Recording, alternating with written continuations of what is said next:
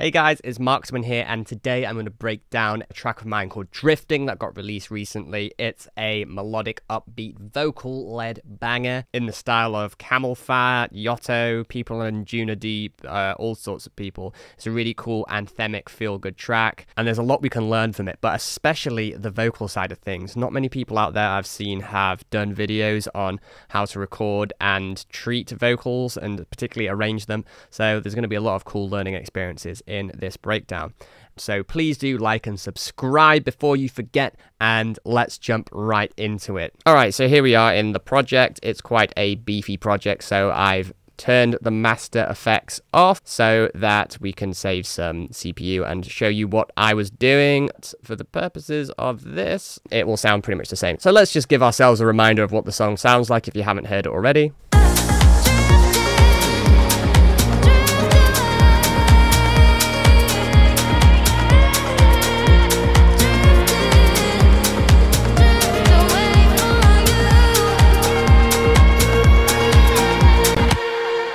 Pretty cool, super upbeat, melodic, and feel good. I love it. And Emma's voice is so incredible. I always love working with her. So anyway, let's jump into the breakdown. So there's not really too much crazy to say about the drums. Just solo them here. It's kind of like a pretty standard house/techno beat. What I do is I have programmed drums. So like the main elements like the kick, the clap/snare, the hi-hats, like some percussions like this rim shot here and some other perks I will program in manually, and then I'll use other loops to like fill out the spaces. So what I did here, which is quite interesting, is I have these three top loops here, and they're all running through this spectral resonator, which is like a resonant frequency, which is kind of like a sort of reverby thing, I guess you could call it, but this is tuned to the key of the track. So let me just play with this so you can see what it actually does. So play with the decay.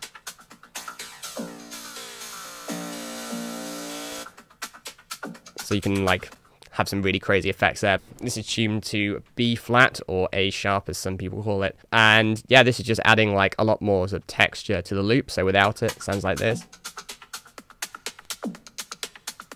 So with it, just reminds people that the tune is in B flat if they didn't know already. So let's just add in the rest of the drums. Although these have been committed to audio, they didn't really have too much processing on them, just like some simple EQ. I chose good samples, which is probably not what you want to hear, but choosing the right samples is so much easier. You have to do so much less because they're already sounding good, rather than trying to get a crappy sound to sound good. Just use a good one. Most of the processing then takes place on the buses. So whenever I make drums, I have them as the groove, which is basically everything else apart from the kick. Then I have the kick processed separately, and then this comes to a drum bus. So on the groove, if you've seen my breakdowns before, I use pretty much the same rack and tweak it a little bit. I've got a compressor here just to glue everything together, then some distortion, because if you're distorting everything together, it sounds better than distorting individual things. Some EQ to get rid of the low so the kick can punch through. And this percussion rack, which just tightens everything up a little bit and adds some noise and a touch of reverb. Again, some more EQs, because as we're adding noise and all sorts of other things here, then we're going to introduce the low frequencies again. So I'm getting rid of them again. And then just to make extra damn sure, I've added a multi-band sidechain.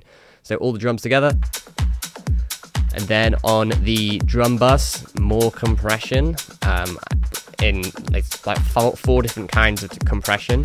With compression, rather than using one compressor extremely, what you can do is use multiple compressors which just do a little bit of compression, which actually tends to lead to a more transparent result rather than just slamming the hell out of one compressor. Then this goes through this plugin called Reviver, which is honestly awesome. It just adds so much perceived loudness by introducing harmonic distortion. So I'm going to turn it off. So that's without it. And then this is with it. But this is actually 5 decibels lower in volume with this applied, but it sounds so much louder, right? So with it.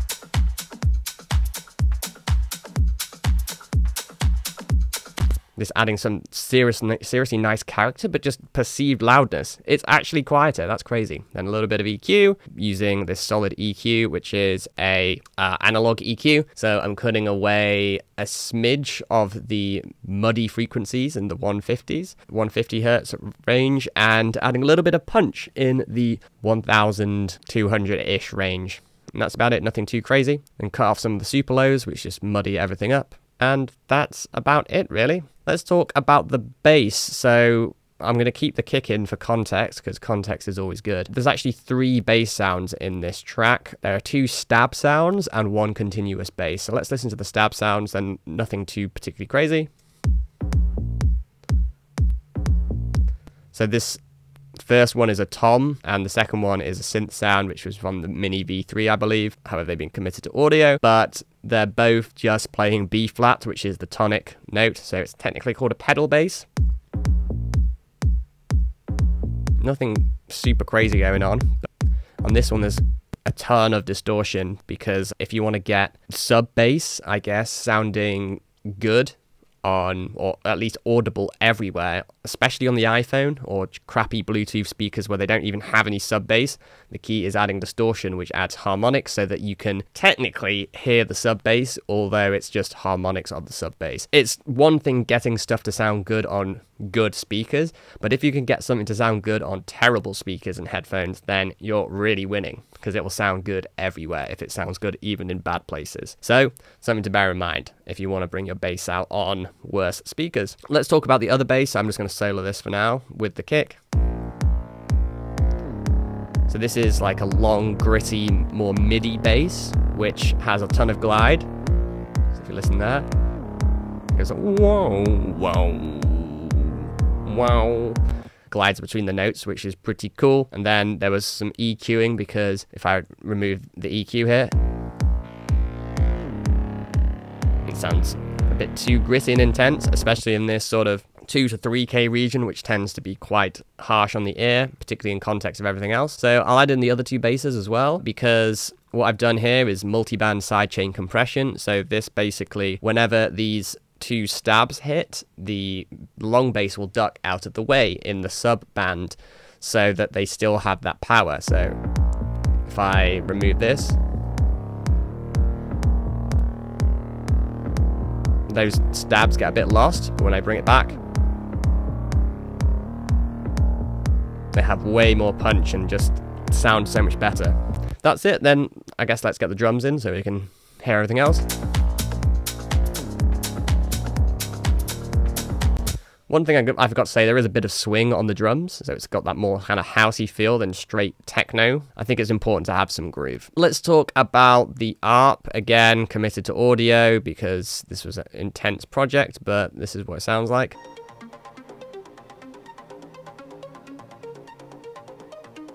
Nothing too special going on, it's just playing the chord progression here, but then also some random other notes that are in the scale of B Dorian. I was quite keen to play the Dorian notes, which is the sharpened sixth, quite a lot,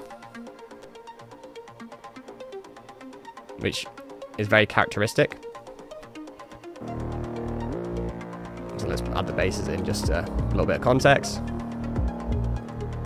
And then I had this counter lead going on.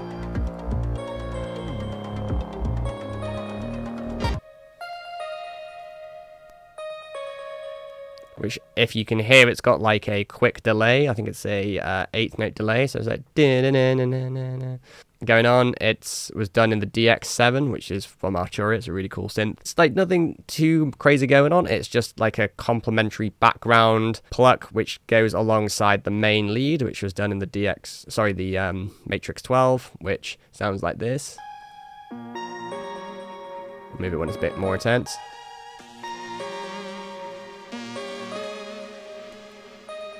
Which plays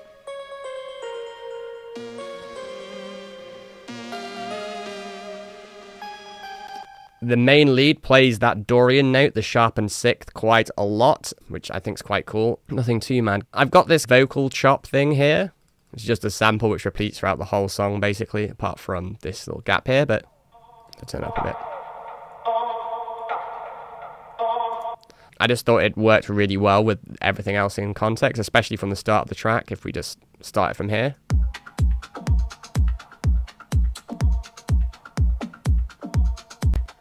I think it just sounds really cool with the groove. Quite a lot of like reverb and spatial effects. I didn't want it to be too upfront in the mix. I wanted it to be a bit more distant. Let's talk about some of the harmonies. So there's actually 4 pads playing. There's these like leady pads. So this leady pad here.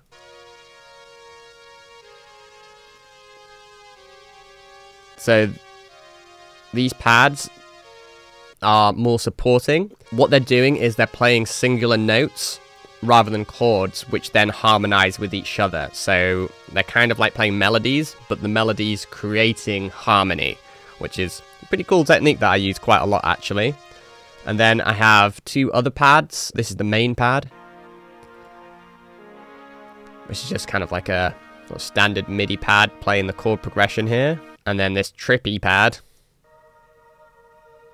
which is a bit more ethereal and mysterious. So all the pads together sound like this. And I've got this really interesting pad chain here. So what this does is, there's like this parallel chain here. So in order to create something in parallel, what you can do is, I'll just do it with this Golfos. If you press Command G, if you didn't know this already, you press this button here, and this brings up the chains. You can add a new chain. And boom, this is basically having 2 things in parallel. So we have the dry chain here and our affected chain. So if you don't have a dry wet knob on certain effects, or you want to process something in parallel without sending it to a send, this is where you do it, and you can just sort of mix it in using this volume fader. But anyway, I digress. This was the parallel chain here, and this is quite a cool, unique thing I've done. So erosion's a really interesting effect. It like adds sort of distortion, either noise, white noise, or through a sine wave. So I've chosen 2 sine waves at different frequencies. So I'll just increase it here. There's some strange distortion on that frequency, on this one too. Oh. But only a tiny little bit. And then some wide noise distortion here. So without this erosion,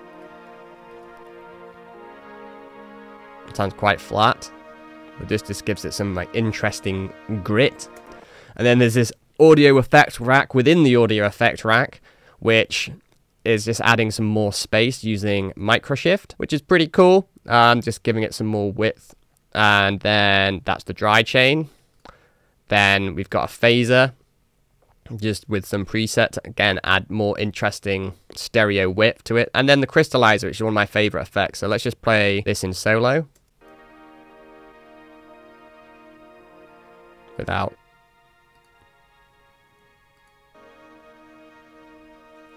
So this is adding like basically messed up granular echoes, but an octave above, which is really cool.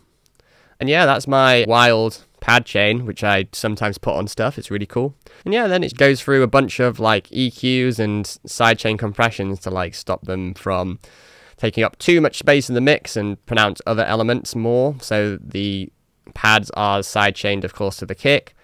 In multiband in the ARP, in multiband but only the top band, and also the lead in the top and mid bands, only doing a little tiny bit of compression just to help them cut through a little bit more. So that's all the instruments. Now let's talk about the vocals. This is, well, what makes the song. So this is everything totally dry. Drift away, away. Drift away from you. So Emma is a very, very good singer. Because of that, when you put effects on, it makes it sound so much better. And to be honest, the effects that I've used are quite transparent. They're just basically to make what's already there sound nice. If you work with good singers, you don't have to do much to salvage it because it already sounds good. Whereas if you have a bad singer, you're going to have to first fix the vocals and then make them sound good. And what is important to look for in a singer is not just can they hit the notes, because even if they can't hit the notes, you can always correct that. What you're looking for is the performance. So if I turn this off, for example, you can like hear all the detail in her voice, like especially when she does these longer notes here. Drift away. The way she has the vibrato, like, Let's go to this yeah, yeah, yeah bit here, 'cause this is really cool. Yeah, yeah, yeah. Drift away, away. Her performance is really good. Sure, you can hit the notes, but if what you're singing is just kind of monotone, I can't perform well as a singer. I can hit the notes, but my performance isn't good. You can always use auto-tune or Melodyne to fix someone not hitting the notes, but if they have a bad performance, it's not going to sound good. You can fix someone who's out of tune, but you can't fix a bad performance or a bad recording, so it's important to get that right. Fortunately, Emma is a very good singer, and we recorded it very well in the studio here, so we didn't have any problems there. So the lead vocals, they have a main vocal, which is clean with no effects on. Then there's like a distorted version where I take the mids from around 200 to about 1.3K and just distort it quite heavily using this. So it sounds like this. And that's mixed in quite low with this. So without it. This gives it a little bit more grit and body in the area where your ear is quite sensitive. And then I've also detuned it an octave to like mess up the performance a bit. And this is also distorted as well, but it's mixed in super low just to bring more weight to the lead vocals. There's also harmonies in the verse. We just recorded these separately and layered them over the top.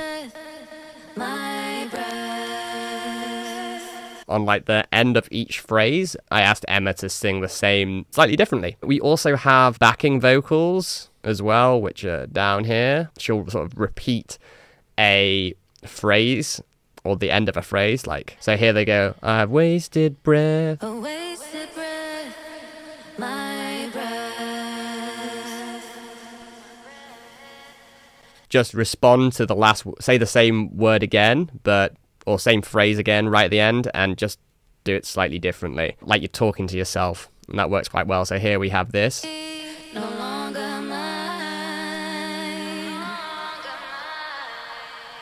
I gave it all. And again here. And these backing vocals are low passed quite intensely and also high passed, so they're like really pushed back in the mix, which I think is quite important because you obviously want the lead vocals to be super dominant, and also they're sidechained to the lead vocals, which is super important. And yeah, in terms of the vocal arrangement, we recorded so much stuff. So the way I record vocals is I record the main lead. So we have a verse and a chorus here. This is like the verse part here in the breakdown.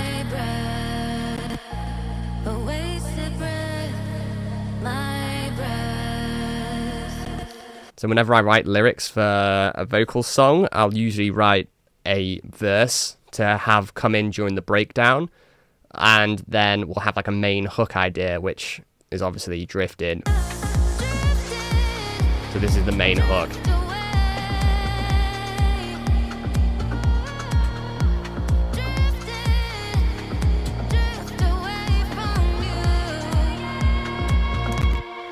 So that's the main hook. Drifting, drift away.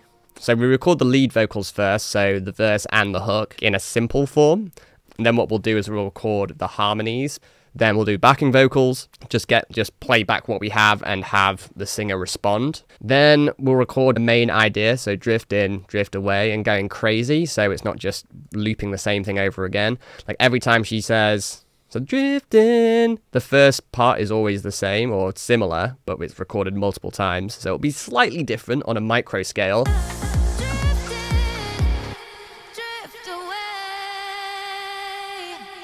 So that was different. That's different. So that's like the main idea, and then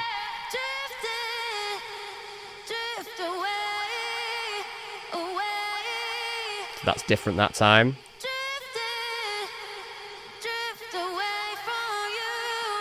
And the second part's different.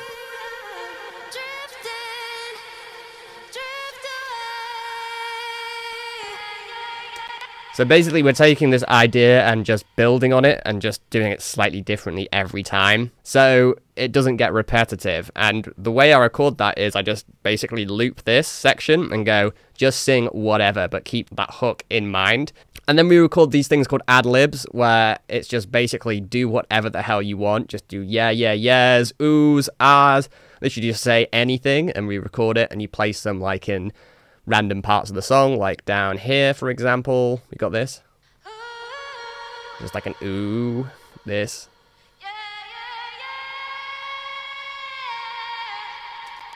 So just her saying yeah.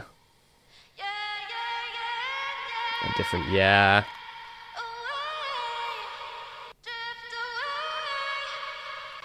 So you take all of these things, and there was a way she said who we are, which I really liked, which right here.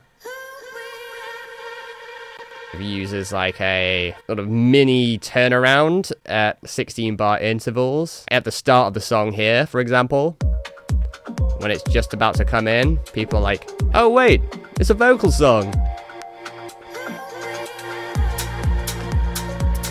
So that way they're expecting vocals at some point, so they'll probably, or hopefully in theory, listen to more of the song. That was the plan. This is like the first sort of mini break.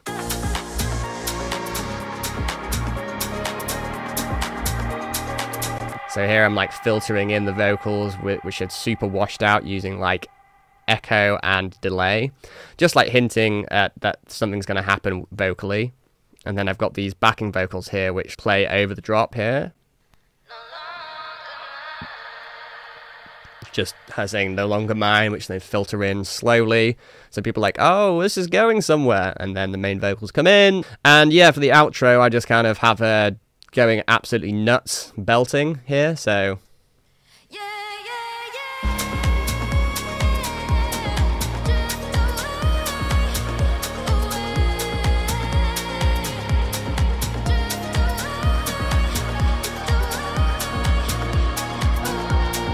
and then we filter her out and wash her out. And yeah, there you have it. So now that we get the principle of the vocals, let's just go over my vocal chain really quick. What we're doing here really is just some compression, just to make it a little bit more even, because the voice can be very inconsistent in volume. So we're just squishing it down, which is very useful. There's like a fair bit there. This OTT actually isn't doing anything. It's turned off. There's a little bit of compression. There's a touch of distortion, just to like distort it a little bit, bring it, or saturate it a little bit more. There's this virtual mix bus here, which is really cool. It's got a warm vocal preset, just adding a bit of thickness, some EQ here, and a touch more compression. Actually, a fair bit of compression, but it's in parallel, so hey-ho. Some EQ to cut out all the lows, because especially with female voices, everything below about 100 Hz is just kind of rumble and crap that you don't need. With male voices, you might want to look around the sort of 60 to 70 range. You can just EQ all that off, and it won't affect the tone or body of the voice. I've got this Nectar 3 preset here, which I think is pretty good. It's just this preset, which I believe is EDM enhancement. So without it, I'm just going to turn off facial effects so you can hear the difference. So this is with it. Without it. Drift away, away. Drift away. Makes it sound a bit more like studio box, like in a studio box sound, which I think is quite cool. And also DS's, which is important. Got this Gullfoss here, which is literally the best thing ever. I use it on everything, so let's have a listen. Drift away. It just brings out the detail. It's so good. I use it on literally every single sound. Bit of EQ. And then of course the spatial effects here, which are game-changing. This echo, if you use the preset a little bit tipsy, or a bit tipsy even, it sounds so cool. So this is completely wet, but makes it sound really messed up. But with the dry, sounds so cool. And then we've got some reverb, which is side-chained to itself. So the main vocal does pop through, and as soon as it stops, then the reverb slowly comes back and makes it feel super big and spacious. But if we didn't have this on, it gets kind of lost in itself. But this makes sure that it punches through first. Then a little bit more EQ, of course, just to make sure everything's tight and in place. And then it's sidechained to the kick, but only the sub bands. So everything together once again.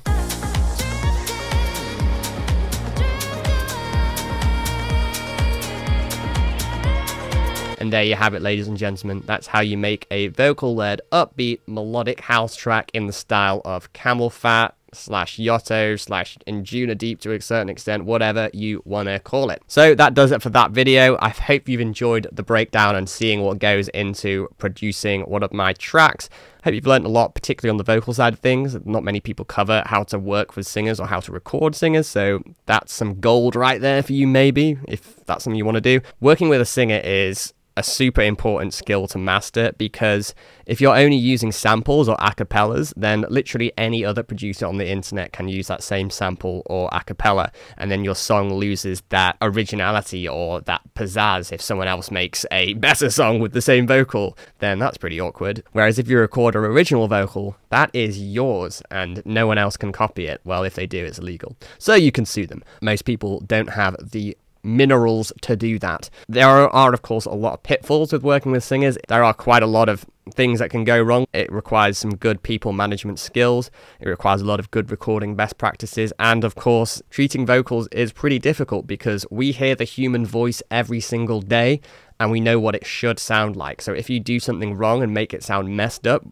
the ear picks up on that almost immediately. So it is a skill in itself, being able to record but also treat vocals in a way which doesn't sound super messed up, unless that's what you want to go for. Even so, you have to do it in a way which is tasteful and doesn't just completely ruin it. Hope you've enjoyed the video. If you want to learn more about music production, particularly the arrangement side of things and working with singers, writing good melodies, finishing tracks, sounding professional, then you might be interested in my music production program. It's kicking off the second week of January, but it's going to run continuously. We'll learn how to produce professional sounding melodic house and techno tracks from scratch using my method, my workflow that you can use, repeat over and over again for life. So if that sounds interesting to you, drop a comment, go to the link in the description and check out the link there.